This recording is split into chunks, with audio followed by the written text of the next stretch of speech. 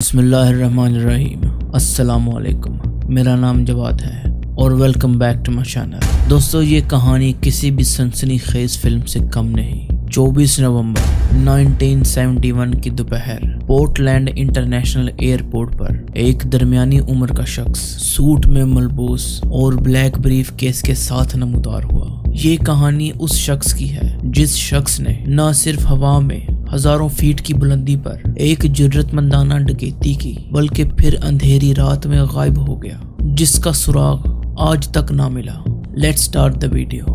24 نومبر 1971 کی دوپہر کو ایک آدمی جو بعد میں ڈی بی کوپر کے نام سے جانا جائے گا، پورٹ لینڈ انٹرنیشنل ایئرپورٹ پر north west orient airlines کی فلائٹ 305 میں سوار ہوا۔ اس کا حلیہ درمیانی عمر کا تھا، سوٹ پہنے، کالے ٹائی اور سفید شرٹ میں ملبوس، اور ایک کالا بریف کیس لے کر آیا۔ اس نے ڈین کوپر کے نام پر سیٹل، واشنگٹن کا ایک طرفہ ٹکٹ خریدا۔ جہاز میں بیٹھنے کے بعد کوپر نے فلورنس شافنر نامی ایک فضائی میزبان کو ایک نوٹ دیا۔ شافنر نے نوٹ کو ایک عام پرچی سمجھ کر جیب میں ڈال لیا، لیکن کوپر نے اسے کہا، محترمہ، آپ کو یہ نوٹ دیکھنا چاہیے، میرے پاس بم ہے۔ شافنر نے نوٹ پڑھا جس میں لکھا تھا کہ کوپر کے پاس بم ہے۔ کوپر نے بریف کیس کھول کر اس کے اندر تاریں، سرخ چھڑیاں اور بیڑی دکھائی، جس سے اس کی دھمکی سچی ثابت ہوئی۔ کوپر کے مطالبات سادہ لیکن جرات مندانہ تھے۔ $2 ملین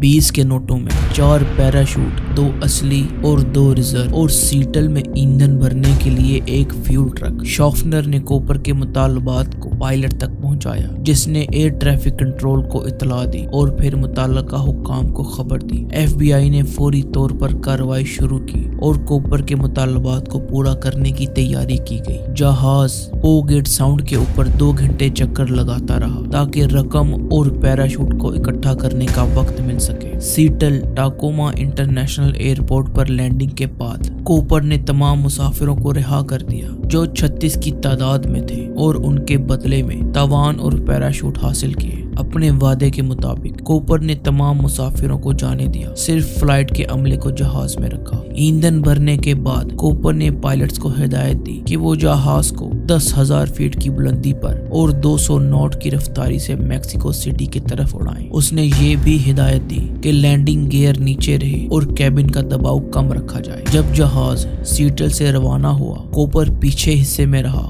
اور اپنی فرار کی تیاری کرنے لگا۔ پرواز نے تقریباً 30 منٹ بعد کہیں پیسیفک نارتھ ویسٹ کے گھنے جنگلات کے اوپر کوپر نے پیراشوٹ پہنا، تاوان کی رقم اپنے جسم سے باندھی اور 727 کے پچھلے ایئر سٹیئر کو نیچے کیا۔ اس کے بعد اس نے رات کے اندھیرے میں چھلانگ لگا دی۔ اس کے بعد ایک وسیع پیمانے پر تلاش شروع ہوئی۔ FBI نے جنوبی واشنگٹن ریاست کے دشوار گزار علاقے کی چھان بین کی، لیکن کوپر یا تاوان کی رقم کا کوئی سراغ نہ ملا۔ وقت گزرنے کے ساتھ کئی مشتبہ افراد سامنے آئے، لیکن کوئی بھی اس جرم سے حتمی طور پر منسلک نہیں کیا جا سکا۔ FBI نے تاوان کی رقم کا مکمل تجزیہ بھی کیا، جس کے نتیجے میں 1980 میں کولمبیا دریا کے ساتھ نقدی کا ایک چھوٹا سا حصہ ملا، لیکن اس سے کوئی خاص سراغ نہیں ملا۔ ڈی بی کوپر کی دلیرانہ ڈکیتی اور اس کے بعد غائب ہو جانا امریکی تاریخ کے سب سے بڑے حل نہ ہونے والے رازوں میں سے ایک بن گئے۔ FBI نے 2016 میں اس کیس کو باضابطہ طور پر بند کر دیا،